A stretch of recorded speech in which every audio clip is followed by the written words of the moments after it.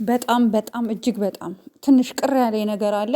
ሁል ጊዜ እኔ ከቡርኬ ጎን ነኝ ታውቃላችሁ፣ ከሀይሜን ከቡርኬም ጎን ነኝ።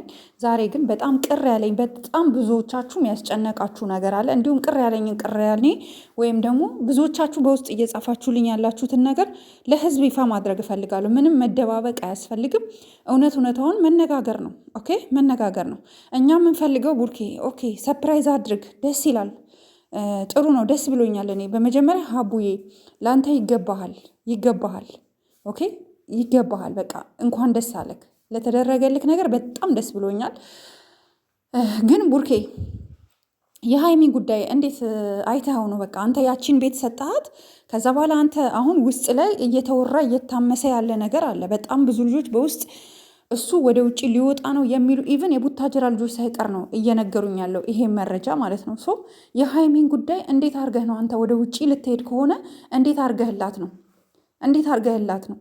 እንደገና ደግሞ ከዚህ ሁሉ ነገር ከምንም በላይ ደግሞ እርቅ አይቀድምም? ያንተና የሀይሚ ጉዳይ መፍታት አይሻልም? ያንተና የሀይሚን ጉዳይ ወደ እልባት መውሰድ አይሻልም? አንተ እሺ ይሄንን አድርግ፣ እሺ አድርግ። አሁን በጣም ብዙ ሰዎች ንብረት እያሸሸክ እንደሆነ ነው። በቃ ልትወጣ ስለሆነ ያለውን ንብረት ለቤተሰቦችህ እያደረግክ እንደሆነ ነው ብዙ ልጆች እየተረዱ ያሉት።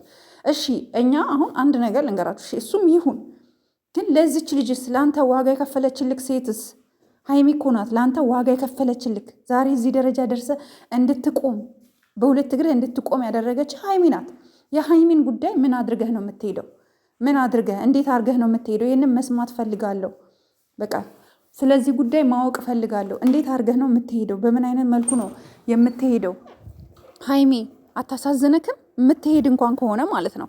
ሌላው ደግሞ በመቀጠል ዛሬ እንኳን ሀይሚ አጠገብህ የለችም። ትናንትና እንደዛ ለሙሽዬ ሰፕራይዝ ስታረጋት አይኗ እንዴት ነበረ አንተ ላይ ቁልጭልጭ ሲል እንዴት እንዳሳዘነችኝ፣ እንዴት እንዳስለቀሰችኝ።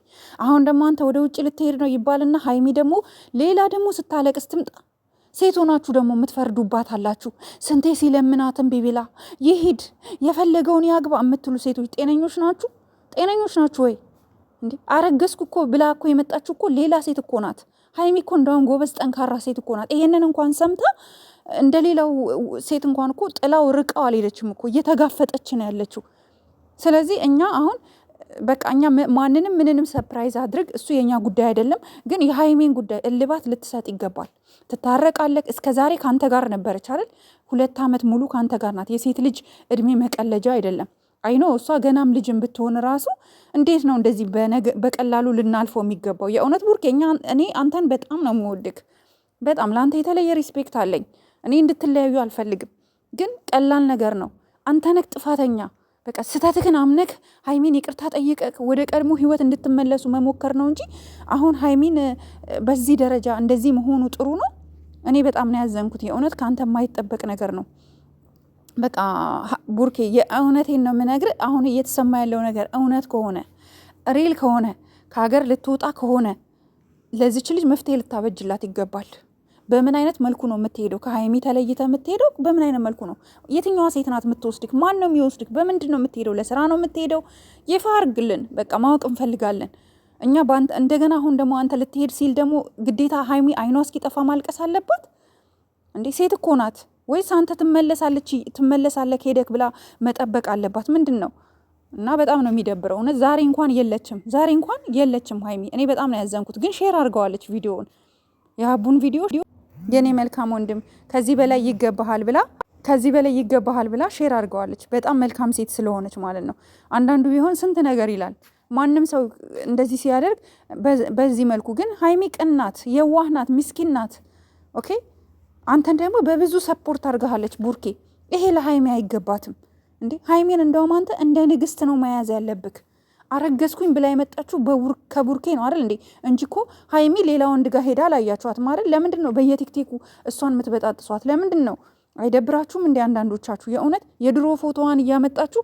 ሰው እኮ ይቀየራል፣ በእድገቱ እያደገ ይሄዳል፣ በሁሉ ነገር በአለባበሱ እየተቀየረ ይመጣል እንዴ። እኔ ለምሳሌ ቀሚስ ለብሻ አላቅም። እኔ ሳድግ ከልጅነቴ ጀምሮ የምሬን ነው የምነግራችሁ። እኔ ጩጬ ሆኜ እስከ 10 ምናምን ዓመቴ እኔ ቁምጣ ምናምን ነበረ የምለብሰው። ያው ሀገሬ ማለት የምኖርበት አካባቢ ሙቀት ስለነበረ ማለት በጣም የሞቃት ሀገር ስለሆነ፣ ከዛ እያደኩኝ ሲመጣ ደግሞ ምናምን ደግሞ በቃ ኖርማል ሱሪ ምናምን ነው የምለብሰው። ግን አሁን ግን ቀሚስ መልበስ ጀመርኩኝ እና ከዚህ በፊት ትለብሳቸው የነበረውን ልብሶች ከዚህ በፊት የፀጉር ስታይሏን ምናምን እንዴ በቃ ተቀየረች። አሁን ተዋት። አንዳንዶቻችሁ የእውነት በጣም መቀኞች አላችሁ፣ ለሀይሚ ምንም ጥሩ ነገር የማትመኙ ምን ጉድ ናችሁ ግን? ተዋት በቃ ምንም አላረገችም። እንዲህ ይሄ ሁሉ ነገር እንኳን እየተፈጸመባት ይሄ ሁሉ ነገር እየተደረገች እያለቀሰች አይኗ በርበሬ። ትላንትና የእውነት ነው ያለቀሰችው፣ የእውነት ማለት ነው። የምን ድራማ ነው የምታወሩት? የእውነት ነው ያለቀሰችው። ፊቷ ይናገራል። አይኗ ተገልብጦ ፊቷ እስኪቀላ ድረስ እያለቀሰች፣ እናንተ ግን መታችሁ በቃ ሲለምናት እምቢ ብለዋለች የራሷ ጉዳይ ትላላችሁ። ሴት ሆናችሁ በዛ ላይ በሴት ላይ ስትፈርዱ ምንም እንኳን አይሰማችሁ። የእውነት እኔ መናገር ሳልፈልግ ብዙ ነገር ነው እንድናገር የምታደርጉኝ ብዙ ጊዜ ማለት ነው። ስፔሻሊ ቪዲዮን እስከ መጨረሻ ስለማትሰሙት ነው እንጂ ሁል ጊዜ መጨረሻ ላይ በጣም በጣም ኮመን የሆነ ፖይንት ነው የማነሳው ሁሌ። ግን ቪዲዮን እስከ መጨረሻ ስለማታዩት ምንም ማድረግ አልችልም እኔ። ኤንዌይስ የምሬን ነው የምነግራችሁ። የዚችን ልጅ ጉዳይ እኛ የሆነ መፍትሄ ልትሰጣት ይገባል። አንተ ሄደክ በአንተ ምክንያት ደግሞ እሷ እያለቀሰች መታመም የለባትም። ምንም የሚሸፋፈን ነገር የለም። የእሷን ጉዳይ አስተካክለ መሄድ ካለብን አስተካክለ ነው የምትሄደው። አለበለዚያማ ቡርኬ ራስ ወዳድነክ ነው አምለው።